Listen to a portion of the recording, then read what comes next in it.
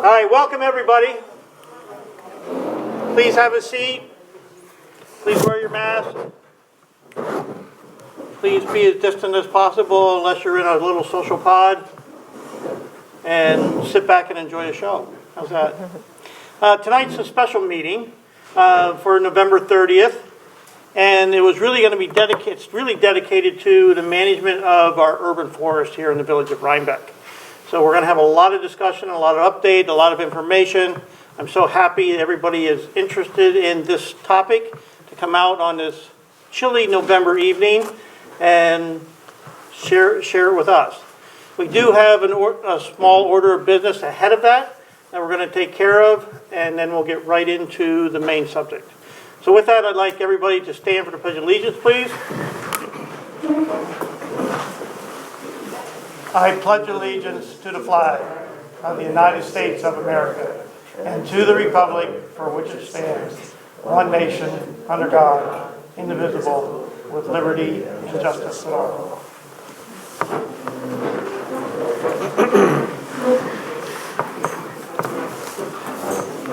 So at last month's meeting, I introduced the subject of working with the Dutchess County Transportation Council on managing traffic on the Route 9 corridor.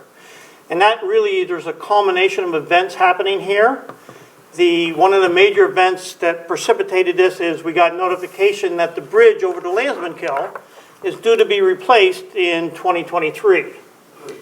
And it could be a very long or extended project. We don't know the details yet. We're trying to find out, but we want to play a major role in that bridge replacement to make sure we have pedestrian access and everything else associated with it. But with that, it may be an opportune time to look at how we manage the incoming traffic on Route 9 and slow the traffic down coming through the village by doing something in the line of complete streets with trees and everything else. And it does line up with this subject as well, because there's discussion going on about replacing the trees, the Norway maples that are on the Route 9 corridor and on East Market. And Meg has gone out and taken an inventory of doing those. So we're looking at a culmination of a lot of things coming together. But one of the things that precipitated this is the Dutchess County Transportation Council, which works with all of us and is there to serve us. We've been meeting with them, and they're willing to engage in looking at this project. So Ty & Bond, which is our engineering firm, and myself, we have met with them on several occasions, and I've invited Brandy, where Brandy, there you are, to give us an update on our last meeting, if you don't mind. Did you want me to come up? Yes, please.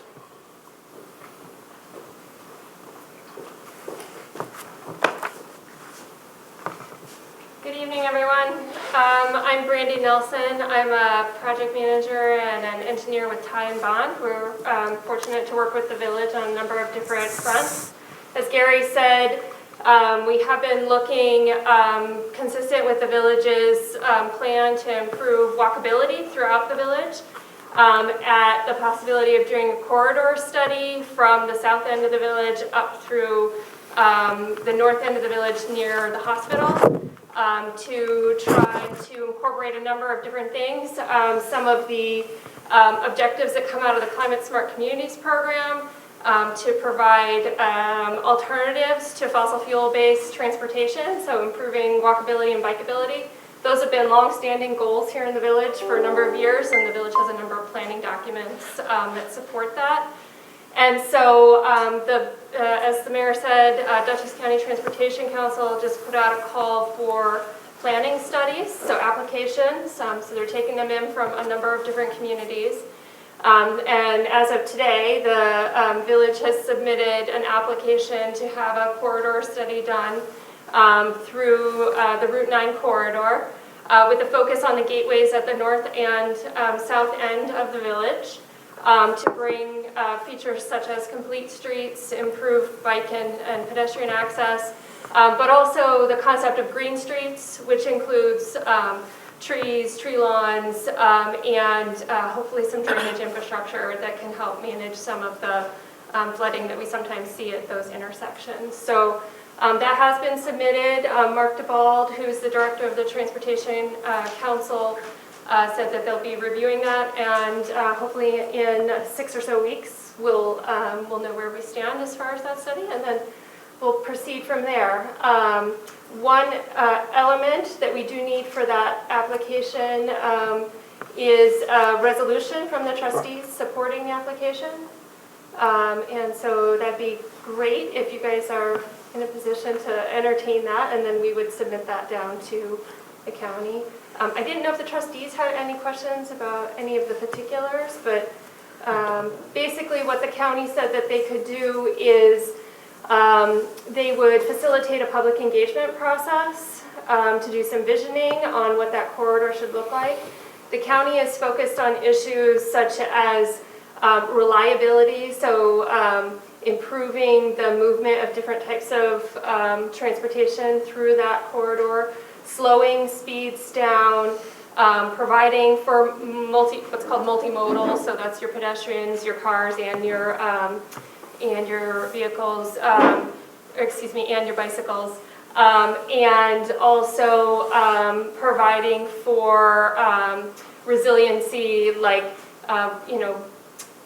if there's an area where there's some flooding, or if there's an area where maybe public transportation is limited, improving reliability and access. So it'd be a multifaceted, multi-month, if we're fortunate enough to get the study, it'd be a process of being engaged over about an 18-month period. And then from there would be an opportunity to understand what actual improvements need to be made and move forward with implementation and seeking funding from the state to actually produce those or construct those improvements here in the village. So thank you. So the goal is to come up with a conceptual plan. That's really the goal or the outcome of what we would like to have, with the partnership of the Dutchess County Transportation Council as well as our engineering and in the public to come up with this conceptual plan prior to or in parallel with the bridge, if that so does continue on whatever schedule that happens on. So it's going to take a while. This is not going to happen tomorrow, but we do want to be ready with a plan, and if we need to apply for grants through TAP or whatever, we're in a position to be able to apply for those grants as well. So we're trying to get a head start. We're trying to look into the future. We're trying to see what we can do to make this plan work together, and hopefully with the community engagement. Okay? So with that, we can have some discussion, but first I'd like to make a motion to accept the 2022 application for the Transportation Planning Assistance with Dutchess County Transportation Council. Do I have a second? Second. Thank you, Rick. All right, from the board, any discussion? We've been talking about this for a while. This is terrific. Yeah, this is basically what we've been discussing, yeah. Yes, there's no change. Huh. No change. So with that, I'll read the resolution. The resolution says, excuse me a second, the village is seeking a study that can improve reliability, resiliency in the Route 9 corridor through the village by implementing complete street improvements and increasing walkability and bikeability between the residential and commercial areas of the village. Whereas the study area is the primary north and south corridor through the village, which is Route 9, from Rockefeller Lane to the south end to Montgomery Street at the north end. Whereas the village of Rhinebeck has been focused on improving walking and biking opportunities throughout the village for many years to reduce reliance on cars and improve resiliency. Whereas the goals of the study will be to evaluate the feasibility of complete streets, improvements along the Route 9 corridor through the village north and south of the core business district, specifically Route 9 from Livingston Street to Montgomery Street and Route 9 from South Street to Rockefeller Lane. Whereas the village has received notice that New York State DOT will be replacing the bridge over the Landsman Kill on Route 9 in 2023 and into 2024. The village is engaging the New York State DOT to make sure that the bridge provides for pedestrian access and address the drainage issues that have worsened with climate change. Now therefore be it resolved that the village would like a conceptual plan for the corridor improvements to provide complete streets which the village can utilize in conjunction with an engineering plan to improve drainage, resulting in green complete streets. Green complete streets provide for the green infrastructure, drainage management, trees to reduce urban and heat island effect, and multimodal transportation opportunities, all consistent with the village climate-smart community goals.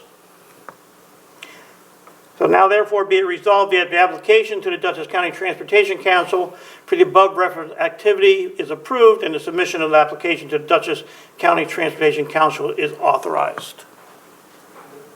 Okay. Any questions on the resolution? I like it.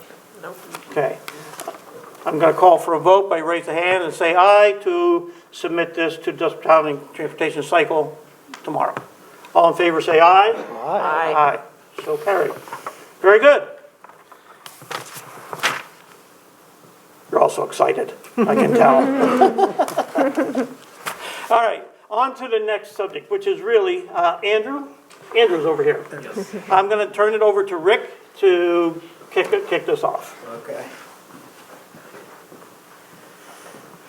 Thanks. For those of you who don't know, I'm Rick Lewitt. I'm a trustee, and I'm also the liaison to the Tree Commission, which I like to refer to as the hardest working commission in the village. I see a number of volunteers here, and it is really through their time, energy, and labor that the village has the terrific tree canopy that we do every year. Anywhere from 15 to 20 trees are planted, 20 to 40 trees are planted by volunteers.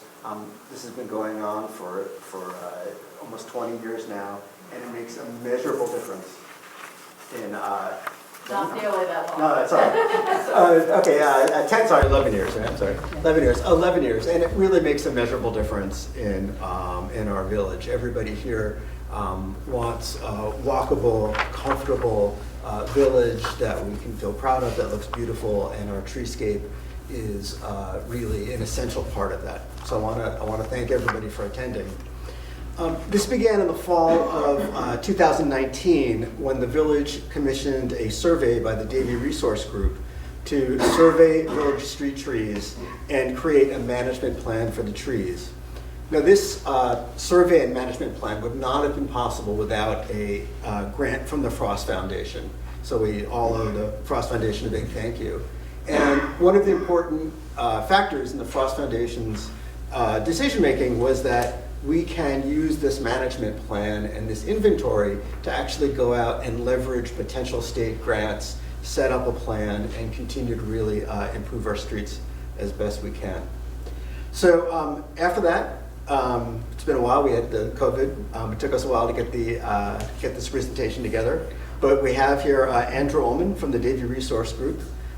Andrew's going to give an overview of Davie's work and what they found. After that, he'll take a question and answer. Following that, then Meg Crawford, who's the chair of the Village Tree Commission, will discuss some of the current issues that we have and some of the possible solutions. So with that, Andrew. Okay. All right. Good evening, everyone. Thank you for coming. Thank you guys for having me. Appreciate it. My name is Andrew Ullman. I am an urban forester with the Davie Resource Group. We are the consultants who conducted the village's tree inventory, and then using that data, we developed a management plan for you. What I'd like to do tonight, I have a very brief presentation here just to kind of go over some of the high-level findings, and I'd like to leave the bulk of the time for questions and to be able to answer anything you may have and see what else we can do to help out here. So I also have to make one admission. This slide looks a little funny because as I was sitting in the parking lot going through my slides one last time, I noticed my admin had put the town seal on the front slide there, so that's why there's a big blank space there. So sorry about that. They will get duly lashed for that one. I'm not going to read this whole thing to you guys, but this is typically, we like to get a vision statement from our clients to get an understanding of what the goals are, what you're hoping to do with this beautiful place that you call home, and how the trees play into that. A little bit about what we did. So we inventoried and collected in GIS every tree, stump, and vacant planting site in the public right-of-way throughout the village. I see that they left town in there. Sorry, I forgot to get rid of that one. Ignore that. These are the data fields we collected, the locations, X and Y coordinates so that you can always find them, the species, diameter, and whether or not it was a multi-stem tree condition. We made recommendations for primary maintenance, noted any severe defects, conducted a risk assessment, which I can talk a little bit more about.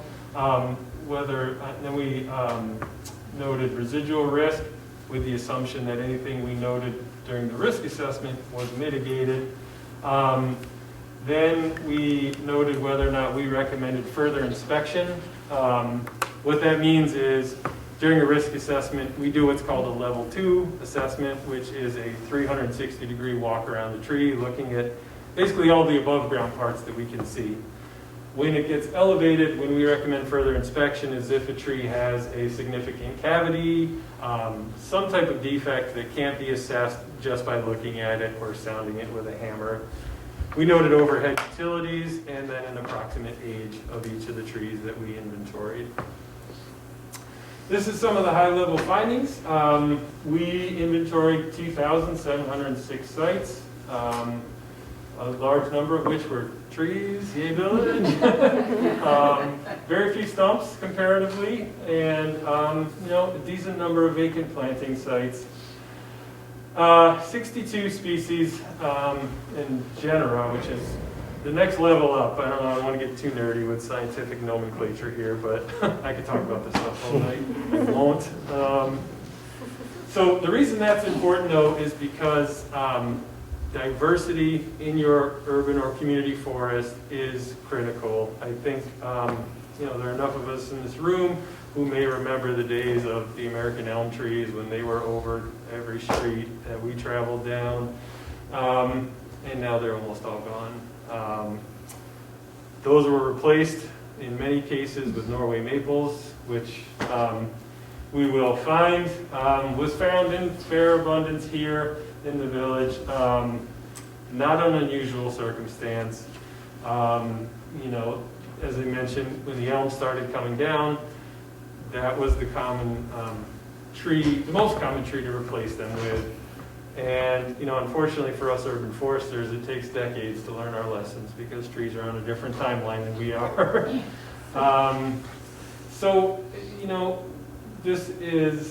There is something called the 10-20-30 rule, which means in your collective community forest, you should not have more than 10% of any one particular species, no more than 20% of that genus, and then ideally no more than 30% in that particular family. The village is not in terrible shape, again, comparatively. We work with a lot of communities, and so I have a pretty broad spectrum with which to compare the Rhinebeck, and you guys are not in terrible shape. There's a decent distribution both across diameter and size, which is relative to the tree's age. There's a decent planting program here, as you mentioned, so this is all part of how we keep the community forest or urban forest growing for the generations coming behind us. Let me see here. So, going back to this diversity, it wasn't ideal, not in terrible shape for the village here, but there can be work to be done. We get into this in much greater detail in the management plan, but I just, again, wanted to give you a high-level kind of overview of what we found and what some of our recommendations were, to increase the benefits of the community's trees, and by those benefits I mean carbon sequestration, stormwater mitigation. We know that larger trees provide a greater number of benefits, so while we absolutely have to keep planting and replacing trees as they senesce and we have to remove them, the younger trees are not providing nearly the benefits that the big ones are. So it's always a multi-pronged approach to managing your community forest, trying to preserve and maintain the big healthy trees that you have, and have a robust planting program to continue replacing them.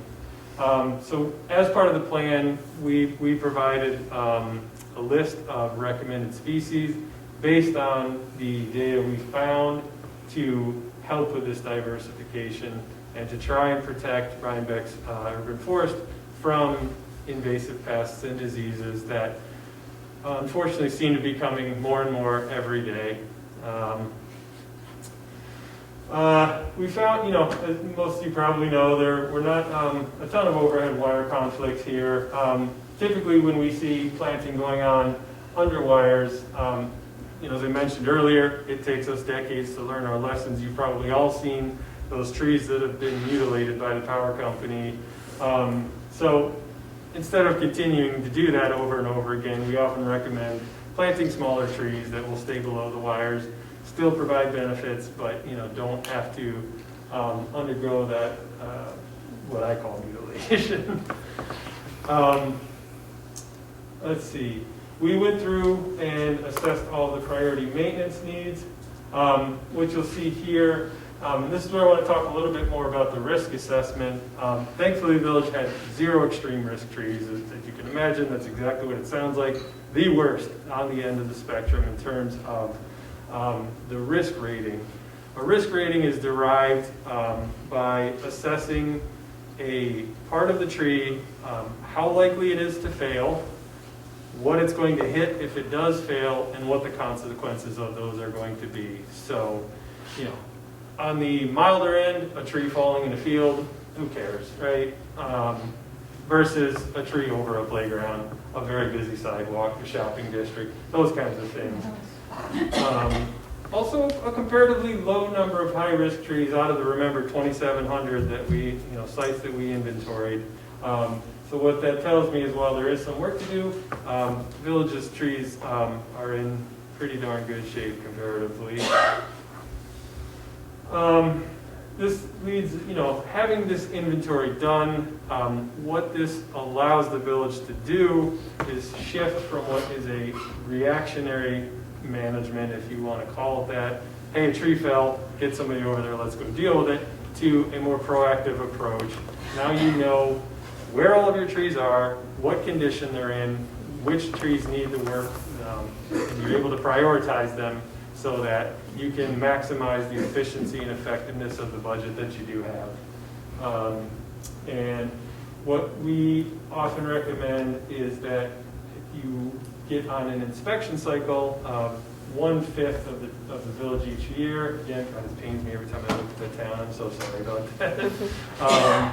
Getting it on a 5-year inspection cycle, right? Trees are dynamic. They're biological organisms, meaning they change over time like we all do.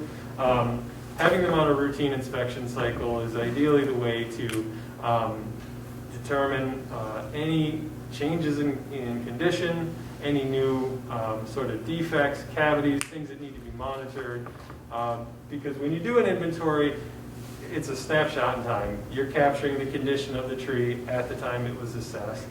And adding to that, we always recommend you have an ISA certified arborist do the inspections. There is, unfortunately, anybody who knows which end of a chainsaw to hold can call themselves an arborist. Getting certified by the International Society of Arboriculture establishes a baseline and lets you know with some surety that the person who is assessing your trees knows what they're looking at, has an understanding of tree biology, tree physiology, the types of pests and pathogens that will impact the trees here. Again, with the inspections, routine pruning is another important piece of this. It really helps to minimize the likelihood of something bad happening. Again, trees are biological organisms. They change over time. Limbs die. They get infected with decay fungi. Any number of things can happen. So in addition to inspecting them on a routine cycle, pruning them on a routine cycle is ideal. Now, I want to mention the 5-year cycle is of course based on budget, but that's an ideal scenario. I should mention, before I joined Davie, I worked for the city of New York. I was the director of Brooklyn's Urban Forestry Division, and their budget was in such rough shape when I got started. They were on a 20-year pruning cycle. So thankfully it came down to a 7-year pruning cycle, but just to kind of provide a little context for where this 5-year come from and how to kind of keep it in mind when you're figuring out what you can actually, what length of cycle you can actually afford to be on. Then, going to some of the young tree training, that's what I think that is one of the most important times in a tree's life. I liken it to the young kids. They need to be educated, taught how to behave, and sort of structured. Trees are similar in that getting them set up for success later in life starts with pruning them, establishing a sound architecture so that as they grow, they get larger in diameter, get taller, you're minimizing the likelihood of having failures or problems with those trees down the road. This is part of the bad news that I don't like to talk about, but I mentioned there's always new invasive pests and diseases coming through. These are some of the biggest. Fortunately, none of them are present in Rhinebeck yet, but they are all in New York State. And these are just things that we keep an eye on. I'm going to go forward one slide and then back up, because if you haven't seen it yet, this is our newest pest, the spotted lanternfly. I think it's actually a rather beautiful insect, but unfortunately it is not a good friend to our trees. It typically it came from Southeast Asia. It is attracted to what some people call the tree of heaven, which I think is a terrible misnomer for that particular tree. That said, if there are none around, it will definitely attack some of our native species. And it also has, the possibility for some economic impacts in that it is a fan of apple trees and hops and grapes. So for New York State agriculture, it may end up becoming a problem. Asian longhorn beetle is another problem. Davie Resource Group has been working with the federal government and the city of New York for years. Finally got rid of it in New York City. There are still some infestations on Long Island. We like to mention it. I personally don't anticipate it showing up here. I think they're working extremely hard to keep it contained. You have a picture of that? I do not, but also kind of a beautiful insect, but crazy looking. And the Gypsy Moth, another one that is in New York State. It is not here, but something to keep an eye out for. The state DEC has a lot of great information about these insects on their websites. They have a reporting system that way also, or through them also. I live in Brooklyn. I found spotted lanternfly. I hadn't seen it. We know it's been there for 2 years. I hadn't seen it. This summer, twice in 2 days, saw some dead ones on the sidewalk, and then I was out on Governor's Island the next day, and one just landed right on my shirt. Did you kill it? Oh, yes. I did. I felt bad doing it, but I did it. Yeah, again, I think they're actually kind of beautiful. The adults, anyway, when they open their wings, they're all red inside. But if you see one, please kill it instantly. Yeah, that's it again. We also went through, as part of the management plan, and developed a budget for the village. This is, we use the data we collected, extreme and high risk removals, the moderate. We take local and regional tree pricing to try and estimate, what the budget will be. So this is, I should say, not the budget that has been adopted or enacted. These are simply recommendations and trying to help the village understand what some of our recommendations may cost, how to prioritize them, what we recommend doing first, i.e. the extreme and high risk situations. Sometimes that means removal, sometimes that means pruning one particular limb that is over a very busy sidewalk, those types of things. And we typically project out for 5 years to try and, again, help with the maximizing efficiency and effectiveness of the budget. just some more of, the stump removals, the extremely high-risk pruning. Again, to try and get a sense for what these things are going to cost, what the proactive management of the village's trees is likely to cost, and get a ballpark figure on that. There's a lot more detail in the management plan, but again, I just wanted to try and offer a high-level view of it. More of the budgeting. I just wanted to pop this slide up for a moment to highlight some of the appendices in the management plan are a great resource if you end up wanting to read it. I hope it won't put you to sleep, but if you're a tree nerd like me, you could stay up all night reading this stuff. Again, just some of the, I just wanted to point out some of the trees that we have recommended as I keep talking about the diversity. And we come up with these lists by looking through the data and diversity that we collected during the inventory, and then try to make these recommendations to help get you started in the right direction. We do that for both large and medium-sized trees. The small, of course, under the wires. And that's it. It's brief. Like I said, I wanted to leave most of the time for questions. So you've got me, and if you have any questions, I'm here. Yes. How many smaller communities do you work with?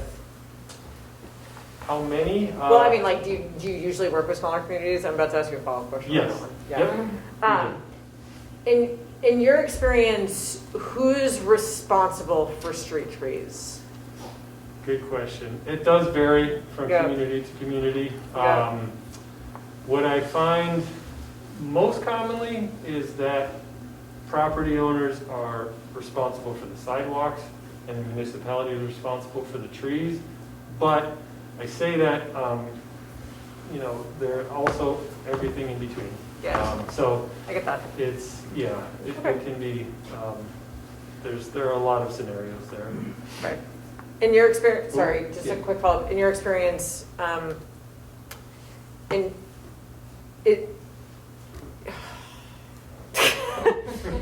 Rhinebeck, as you know, the homeowners are responsible for street trees. There's a big conversation going on about that at the moment. Yep. Is the urban forest, is the impact on the urban forest felt depending on who's responsible for the trees? In my opinion, yes. Okay. I should qualify by saying this is my opinion, Yeah. but I think, given that in most communities, the vast majority of the urban or community forest exists on private property, I think it's important, assuming that it can be done and the municipality can afford it, to have some control over the community forest. Again, that's just my opinion, but as a former municipal forester, I wanted to be able to kind of help guide those things, right? Because you get everything from, I hate this tree, it's a mess, get it out of here, even though it's a gorgeous tree in perfect condition, there's nothing wrong with it, to the other end of the spectrum of people chaining themselves to a tree that's being held up by a hope and a dream, So I think it's important to have some control over that for not only liability purposes, but also to be able to affect this proactive management that I'm talking about. So, yeah, I think you had her next. Yes, I was working with Meg in 2019 when you were just beginning to do the data collection, and the focus was on 308 or East Market Street and Montgomery Street or Route 9. And actually, I would defer to Meg. But the tree condition of the trees on those two streets seem to be much more challenging than what you're presenting overall for the urban forest. And those are some of the trees where the Norway maples are, where they've been brutalized. Mm-hmm. I went and took pictures before you did all the work. By the way, I don't know if people clicked on the Tree Keeper link, but it's phenomenal. your database that we can all see and find the trees in our yard. But I Great. just wonder if overall, I think the overall results are more, are perhaps more positive than on certain streets, like the two I mentioned. Sure, Like, are there yeah. kind I of like believe hot it was- spots in a way? I believe it was something like 80% were rated fair to poor condition, something like that. I think most of them were fair. I'd have to go back and Yeah, look yeah. into the There are a data, lot. but, you know, you mentioned the overhead wires and brutalized, they are hot spots, right? Oftentimes, I'm sure everybody's seen the power companies come through. You know, in fairness to them, they're trying to prevent outages, do what they need to do. They have their own mission too, but, you know, for people on the tree lover side of things, you see what happens to them after. And there are long-term ramifications to that continued over pruning, poor pruning. So yeah, you'll tend to find them in stretches like that, particularly under runs of overhead wires. Andrew? Yes. It's kind of a two-part question. One is, in terms of funding, are you aware of any funding models that use public-private partnership to do street tree maintenance? And to follow up to that is, outside sources of revenue. The state did not give out a set of grants this year, but we assume that they will start again. Yep. So I'm not sure if you have any knowledge of novel structures for helping to finance public trees, and then also outside sources for funding. Sure. Well, you know, you mentioned the DEC. I believe they are aiming to offer grants next year. Now that the village has an inventory, as you may know, you'll be eligible for maintenance and tree planting grants. But to answer your question more directly, yeah, there are a number of different ways. The public-private partnership is, you know, let's be honest, companies want to do good because for altruistic reasons, but also to help furnish their image, and you know, there may be partnerships available there. Some of the ways that other communities I've seen have bolstered their planting program is through ordinances. You know, if you are doing a certain amount of alteration to a building, zoning requirements basically, you will be required to plant a tree for every X number of road frontage that you've altered. I think, using New York as an example, there for every 25 feet of building frontage that you are renovating, you have to plant one tree. And oftentimes there's not room on site. You know, it's like a lot of places there are other infrastructure there, but having a map of your vacant planting sites helps with that, and you can just move them off site. There are other communities who have set up nonprofits where people can make tax deductible donations to have trees planted in, you know, somebody's name, somebody's honor. And for those, what I found maximize the effectiveness of that is planting bare root trees. You know, they're smaller, they're going to take much longer to get big, but you can get a much higher number of trees in the ground for the same amount of money. And there's usually a lower mortality rate with those. That's a tough question, though. I hope those are a little bit helpful, but I need to think on that a little bit more because, yeah, I'm sure there are some creative partnerships there that I'm not thinking of at the moment. Yes? Do you have a personal opinion, or is there any kind of forestry management standard on the reasonable size of a box that's cut around the tree where power lines are involved? You mean for clearance around the wires there? Yeah. The utility companies have their own standards, and it's usually based on the amount of voltage a line is carrying. From the arboriculture side of things, you know, they do it, you can, but you should not just draw a dotted line and say, hey, 6 feet, and cut it wherever. There are particular places you're supposed to prune a tree. So what I mean to say I didn't is, quite follow that. You're saying it shouldn't be a rigid 6-foot box or 10-foot box. It should be. For the health of the tree. I say, yeah, based on the health of the tree, but the utility companies do have a rigid distance. They do have a distance that they have to maintain, and But has the forestry industry taken a contrary position to that? Yes, And- yes, and but, What's that standard? you know, there isn't, you know, again, it's not a hard standard because it's going to be based on the tree's architecture. Some species lend themselves to being, you know, sort of pruned in that way more so than others. So it's hard to give you a straight answer about that. You know, there isn't just a easy number that we can say in black and white if we're talking about the tree's health. But you know, the difficulty there is that at least in the southern part of New York State, I have found that the power companies have a lot of power. They also have their mandates from the state, and I can't say that I'm an expert on this stuff. I know a little bit, but what I can say is I know they get in an awful lot of trouble and get very hefty fines when they have outages. And my personal opinion is that leads to some pretty heavy pruning when they're trying to avoid outages and avoid those problems. It's not only to avoid the fines, right? Outages can be dangerous for people at home, but it's a difficult situation to say the very least.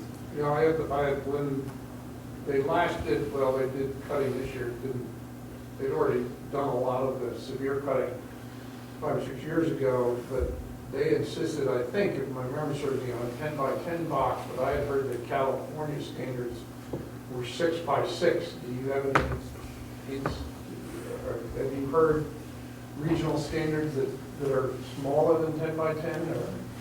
Or? The standards that I'm aware of are based on the voltage that a line is carrying. So if it's a primary, secondary, that distance is going to vary. Okay. And essentially the more juice a wire is carrying, the further away that distance is. There again, trying to avoid outages. It can be done. It's very difficult to catch a live tree on fire, but the amount of voltage can do some damage. Right?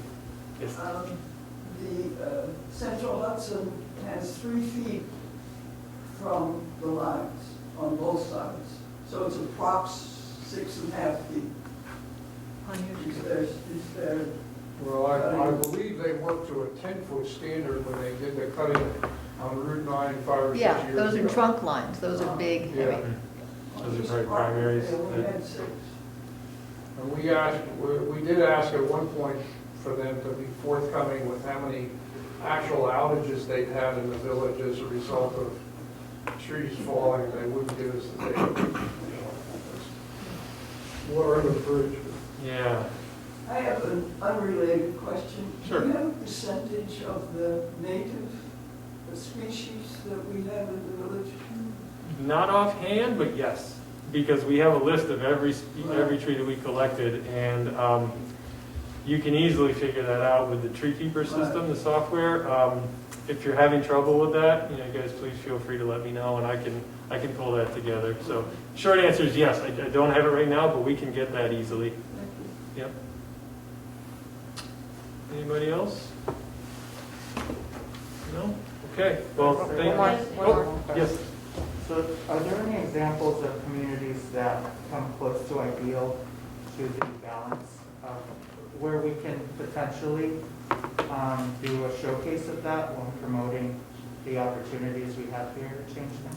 Oh, that's a good question and a tough one. That's going to be hard for me to come up with one off the top of my head, but I'm sure they do exist. If you have long term, in the next couple of weeks, that would be great for our marketing purposes. Okay. And Sure. really kind of gaining speed on support. Yeah. I'll leave a card with you before I go, and we can connect, and I can get some work, do some work on that for you, see what we can come up with. Sure. Okay. Well, thank you all again for having me. I appreciate it. Thank you. Thank you. Yeah. Will. So thank you, Andrew.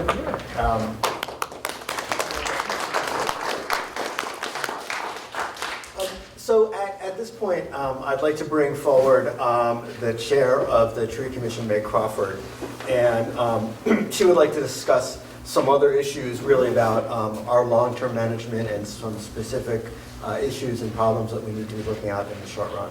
So Meg, I'm going to turn it over to you.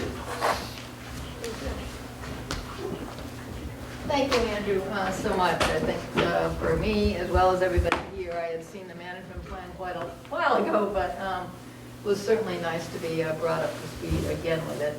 I just want to also thank everybody that came tonight, and it's wonderful to see Cecily Frazier, who was our first president of the Tree Commission 11 years ago. And the other Tree Commission members that we have are our three new members, Pat Evans, Andrew, if you could just stand up so people could see you, Andrew Hunter, Joyce Messenger, and then Connie Lown, who's our secretary, Natalka Chaz, Walt Cotter, I don't see Walt, and Tom Johnson is our liaison from the Highway Department. So just so if any of you want to talk to any of us, you can, not just me, for sure. So I just wanted to mention that, you know, the inventory was done 2 years ago. Since that time, 26 trees have been removed in the village because applications came in from residents and they were deemed to be unsafe trees, either because of their load, because of decay, because of a lot of branches that were coming down either on cars, some come down on cars, pedestrians, and some also, you know, were endangering houses. So that's just in the last 2 years. And of those trees, the majority were Norway maples, which, you know, as you see, thank you for that. So anyway, Natalka went around and just took a picture most recently of the condition of some of our trees. And most of them are trees that were under these power lines. Most of them were Norway maples. And as a result of that, you can see what's happened to these trees, which, as well as not, their health is not great because of it. The leaders have been taken out of them. But it also means that their load, meaning where their weight is and where they are apt to fall, is either on over the street or sometimes over the street and over a house and the sidewalk, or just you can continue to advance it. Yeah, like these. And so if we have any kind of windstorm, and our windstorms are getting more frequent and more intense, you know, the possibility of these trees breaking here or here, they don't take out the power lines, you know, but they have a terrible potential of taking out a car or possibly the roof of a house, which happened on the extension of Montgomery Street this past year. So, and even though, you know, in the inventory, which was 2 years ago, and that was before Central Hudson came by again this year to cut, many of the trees that we just looked at on East Market Street and Montgomery, where these heavy trunk lines and underwire trees are, were listed back then even as poor in condition. Their risk level probably wasn't as high then as it is now after this more recent cutting. So we are in a situation now that is even more dire in terms of removing trees for safety reasons than, and this is poor Isabel's house right here. Those trees. Than we were even 2 years ago. And most of them are, as I said, Norway maples. There are also some very big, lovely at one time sugar maples that also are in very, very bad shape. And most of them were ones that were under these wires again, and are now causing quite a hazard. So I feel proud of the Tree Commission's work in terms of planting. As in 11 years, we've planted well over 400 trees, and many of those trees have gotten to be quite big now and beautiful. You know, it's making a big impact. And we're trying to plant trees, different types of trees, with very few actually in the maple species, no Norway maples at all. Because the Norway maple, as well as being a very inappropriate, I mean, it was planted because it's a tough tree. It has to be a tough tree to have withstood this, but, and it, you know, tolerates salt and other things that urban street tree, compact soil that urban street trees need to tolerate, but it bucks the sidewalks, as many of you know, and it's way too big, so that when it grows up, it always has to be cut. So we've been trying to replace with as many different varieties as we can of species that we can get bare root. We've been using bare root trees in our plantings, and it has been a very successful technique. I think, our success rate is probably at least 95% of the trees we've planted have survived, which is great. And then we hope to be able to plant some that aren't bare root because they're wonderful street trees, but they can't be planted by volunteers. So, if we can get more money for planting, that's where we put it toward that type of tree. Winter King hawthorn is just an example of an understory tree that's a great street tree, but it doesn't plant well bare root. So anyway, so we've done quite a lot of that, but our biggest challenge now, I think, is to figure out ways that moving forward that we can fund somebody, a certified arborist, as you suggest, to come in and inspect trees every 5 years, to do routine pruning of the larger trees. We have formed a small pruning corps, and we are trying to train the trees that we plant the first 5 years until they get too big that we can't plant them with volunteers anymore. But we do need to strategize on how we can pay for the removal and the pruning of these more mature species in our village. And, I was kind of hoping that this would kind of be a beginning core group that might take an interest in this, that maybe we could form some kind of committee or something to strategize on how we might move forward as a village to have an operating budget every year that would allow us to take care of the maintenance of our streets.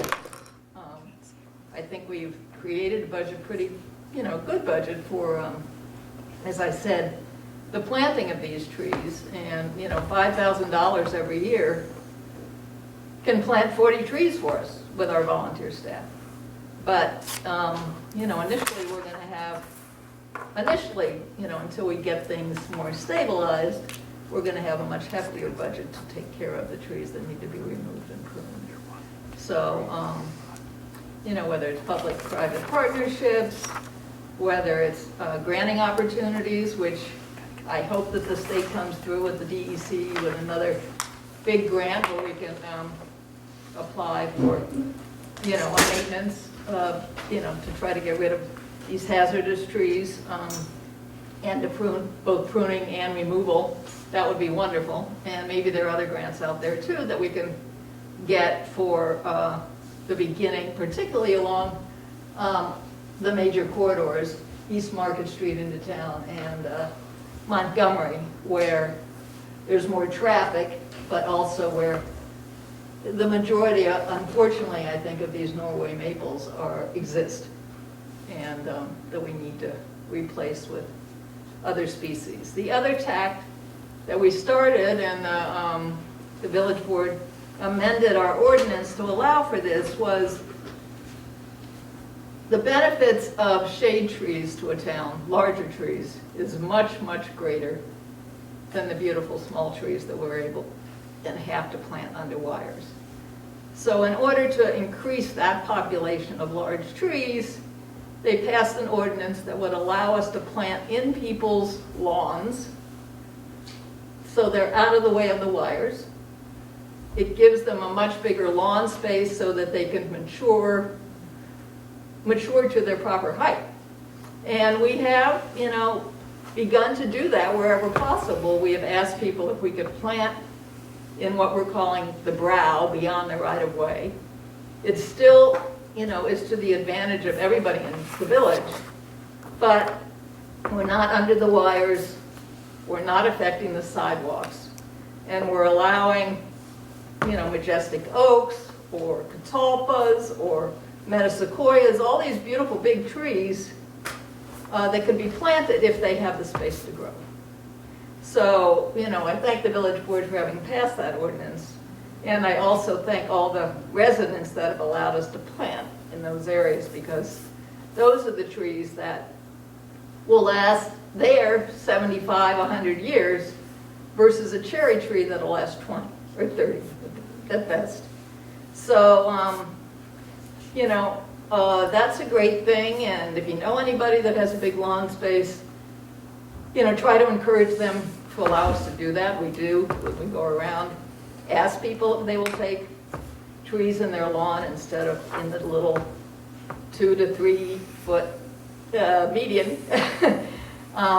And many people have. So that's a strategy we're trying to take there. But as I said, I would love to form a committee tonight to strategize on how we, fund, create as part of our budget somehow, an operating amount of money that, could take care of the recommendations of this management plan, that would hopefully fund an arborist that can inspect our trees on a regular basis. Thankfully, we have somebody in Pat Evans that's willing to keep our inventory updated, which is wonderful. Thank you, Pat. And the inventory is wonderful because it, as we learn to work with it better, it shows us very clearly how many trees of a certain species we have, where the sites are, and we can pluck that out, which is great. So it's a big, big help to have it going forward, that's for sure. So I would love to hear any questions or concerns that anybody has.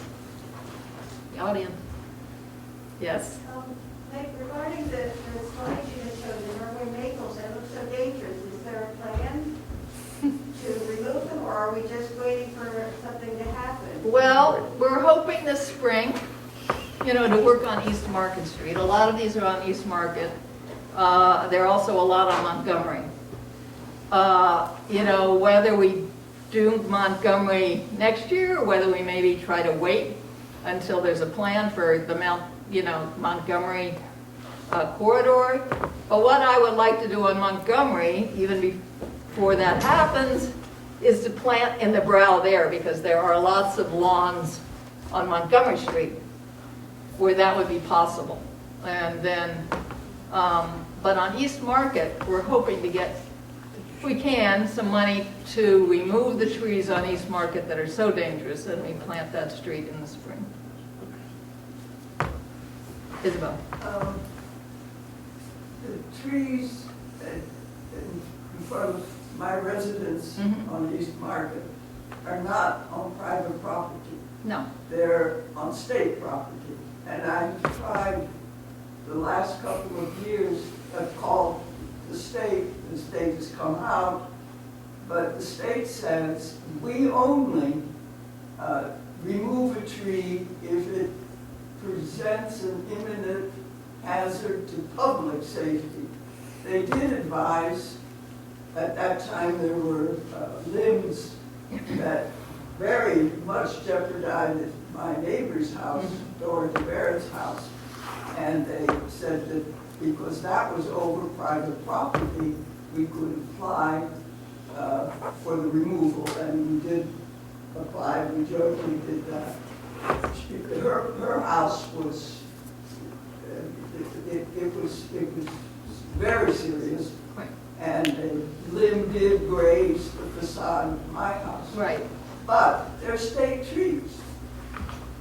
Well, they're not on my property. no, they're not on your property, No. but as was stated earlier, unfortunately, until we change it, or until we have another way of financing this, But the state did say, or at least that inspector said, that the village could initiate the request. They, as a private citizen, they, what do you mean, request to what? it wasn't quite clear, but the impression I had, they kept telling me the village should initiate a discussion about the trees that belong to the state. That land. Yes, but are they saying that if the village initiated it, that the state would pay for it? That was the impression I got. We can look into that. I'd be glad to be part of that. Okay, okay. Because I've had several right. conversations with. I mean, part of this whole discussion is obviously the 26 trees that were removed in the last 2 years. The whole financial burden of that removal was on the homeowner, all of it, because that's our law now. Right. In the village. Until we change that law, and until we find another financing mechanism to remove these trees. But the state owns those trees. Well, that land. I know it's their right of way. I know. No, it was given to them by an indenture on September 2nd, 1801. And that strip, which was originally part of the. Well, I know that they have control over what our choice of trees and planting is. They've never told us that we had to or could get money for the removal of trees in their right of way. Well, they don't want to give you money, so why should they come? Well,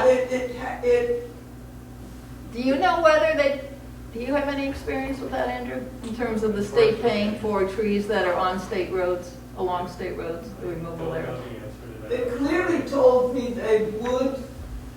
They said, if there is an imminent hazard to the public safety, they would talk to the village or they would take it down themselves. And they agreed that these trees should be taken Well, down. I would say, from looking at them, we have a lot of trees that are in imminent danger of affecting vehicular traffic on the state roads. At least Mayor Hatch told me this, sometimes goes through the living rooms. So surely, in my case, it ends where you see that low wall. But beyond, it's 8 inches to the right of the sidewalk. That all belongs to the state. By a Rhinebeck. Well, I don't own the land at all. I just own the houses. So I think that, well, first thing we're learning here all the time is that these tree issues become really complicated, and there's a lot of people and a lot of people who are involved in it. If it's the state, if it's the power company, if it's the village, it's the homeowner, and that's one of the reasons why we have ended up in the position that we are, is that there's just, when everybody's responsible, nobody's responsible. And that seems to be some of where we've come up to. I think Meg made a really interesting and a good idea that we put together some level of citizens committee that would take a look and try to study this problem. That's something that we would have to create here at the village board by act of resolution. So we have to put that together. We're not ready for that. But what I would say is that I have a clipboard here. I will put it out, or I'll let it circulate. If anybody is interested in joining this type of commission, interested in getting into the weeds, shall we say, of these issues, they should sign up. I'd also like to say that anybody who's going to be watching this at home, if this is also an issue that is important to you, you can send an email to our village clerk, Martine McClinton, and just say that you are very interested in being on this tree committee. So with that, are there any more questions for Meg? Yeah, I wanted to ask, so based on Davey's work and Andrew's work and inventory, do you have an estimate or anybody that has done an estimate of the cost? They have. Of removing those types of things? Have they done that? Okay. Yeah, So these are obviously numbers that are a little bit older. Their year one major, actually, the year one, their estimate was $100,000 to do the initial work. Year two was 80, year three, 70, and then that dropped to $36,000 per year for the annual maintenance. So really the first 3 years represent catching up on the backlog of trees and all the things that have gone wrong, basically fixing it so then you can get into a more regular and less costly maintenance plan. And it's a total of about $330,000 to $350,000 over 5 years. And importantly, along with this inventory, we have an inventory of the community support, which, signing up here is great, but we haven't talked about or potentially talked about collecting signatures or public interest in backing this programming, backing this committee and this plan to cut down mature trees that are dangerous. And if there's a list that we can convince people that might be on the fence about that, that would be really great too. Well, I think that's something the committee might look at as something to do. Because I think Mike, you mentioned some challenges in the past. Yeah. Additional? I know the tree commission in the past has looked at the possibility of persuading Central Hudson to put those offensive wires underground. The cost of doing that, they told us, is unbelievable and impossible. They do not do 30-year financial plans. Cost-benefit analysis at Central Hudson is a much shorter time span. The other objection to that, obviously, is that even if Central Hudson could afford it, a lot of homeowners, probably the majority of homeowners, would be very upset at having their street in front of their house dug up. But so much of what you're talking about here is being dictated by the wires overhead. We really don't, I mean, fruit trees, yes, a variety of trees is important to have a variety. But if we're talking about Benefits. being able to keep the temperature down on really hot days, my daughter lives in Portland, Oregon, where they had over 100-degree days for a number of days recently. And in those portions of the community, and there are many, where they have large shade street trees, the temperature is just a few degrees less in those neighborhoods. And that's what we ought to shoot for. This is not going to happen in 10 years. It's not going to happen in 20 or maybe it might happen in 30 years. But I think if communications, if a coalition of tree commissions and municipalities And regions. could communicate with the Public Service Commission and approach that commission and the utilities with trying to persuade them that, we're all serious about this. We're not playing games. We're looking down the future and what makes our communities as attractive as they are. Partly this mix of trees, including shade trees. And in the heart of our community, the commercial district, the trunk road that goes through, that everybody sees, that many of us live in front of, can be what is really attractive to all of us. That's something to shoot for. I agree with you. And I think, the tree commission ought to be thinking about that. And you're going to run into a brick wall for a long time. And Central Hudson is not going to budge. But they need to hear the argument. And it needs to be repeated over and over. Enter. Most people don't realize, but actually we have the technology which would enable the electrical lines underneath Rhinebeck. It's called directional drilling. People have been using it in Pennsylvania gas fields, much to their annoyance of us. But quite frankly, it's quite efficient and quite relatively cheap relative to other problems like that. Be aware of that. You may not like the word directional drilling, but it could turn out that that's the way to take another approach to burying pipes. I should point out there was about 6 or 7 years ago, maybe Yeah. a little bit more, there was a citizens committee that You took were on that? that took a look at addressing exactly this problem, but looking at basically boring the lines along Route 9. And the estimate then was $6 million to bury the lines. And that didn't include the fact that every homeowner would have to pay for their hookup to the line that went underneath that they were going to be running.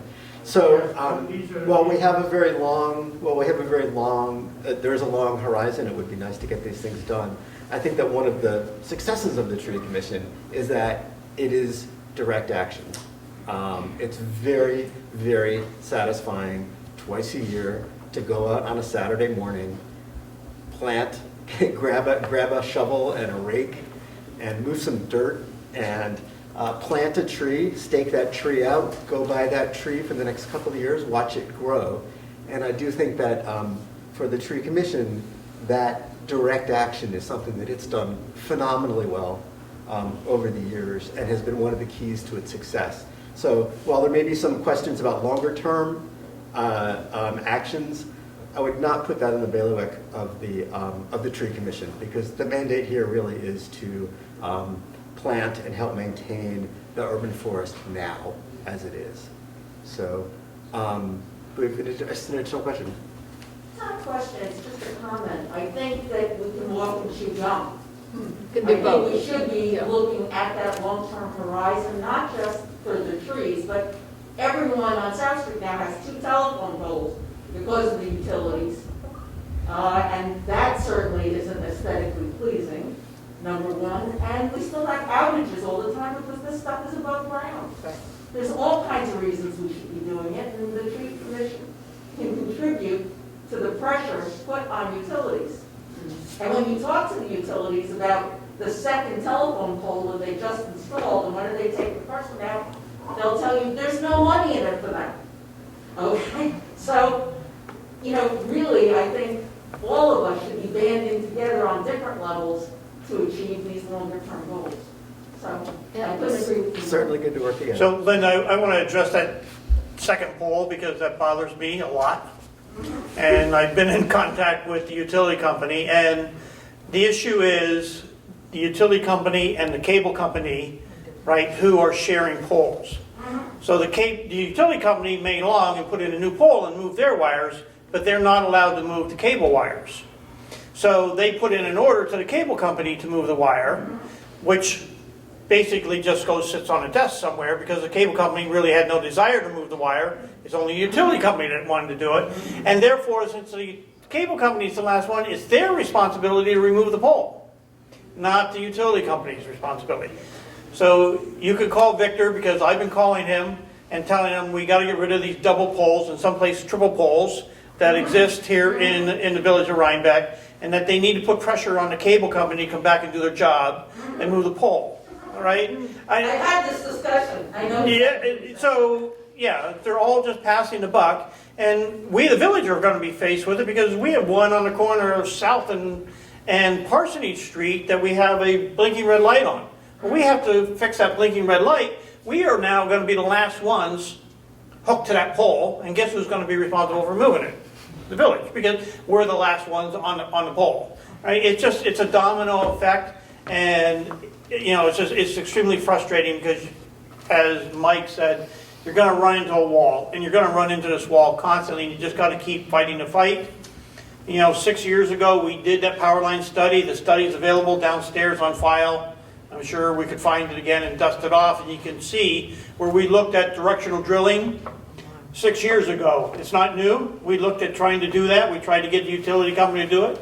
The utility company would be more than happy to bury the lines. But you gotta remember, out on Montgomery, it's not the power lines that are a problem.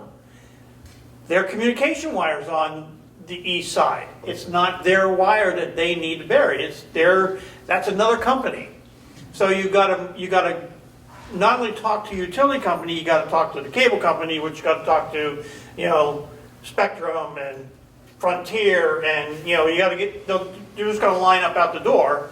And that's what we did 6 years ago on trying to line them up. Utility company says, we'll gladly do it for you. Here's the bill. You know? We'll gladly remove that tree for you. Here's the bill, Isabel. I mean, that's the way it works. That's currently the market that we're in, you know, to be able to do this. We have to correct for things that that were put in place many, many years ago, you know, when these wires were strung down Route 9, you know, as Frontier and whatever company, Spectrum, I don't care, you name it, ABZ, XYZ company, ran their wire. All right, now we're stuck with the site burden and the tree issue of dealing with it. And you can't bury an electric wire in the same way, in the same trough as you can bury a communication wire.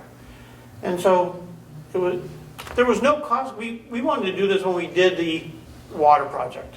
That's what started that whole project. We were going to be burying water lines down Route 9. Let's bury it. There was no savings at all by doing the two in parallel, is what the study showed. And so, again, we didn't have... Didn't those wires have to be a certain distance separated? They have to be separated, yes. So the trench had to be much bigger than we thought. Yeah, right. Multiple trenches. So, yeah. That being said, I think, Mike, you know, we should keep long-term pressure on, and I think we should do it regionally. I don't think we should do it as just the village project. I agree.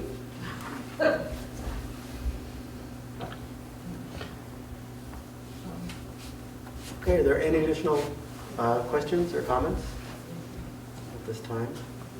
Thank you. I'm going to leave this by the front door and turn the meeting together. Thank you, Meg. Yeah, thank you. Thank you, Thank you, everybody. Meg. Again, thank you all for coming. I think this was a great subject to talk about. Before you run, we have one little closure of business, please. So if you could just be patient for a second.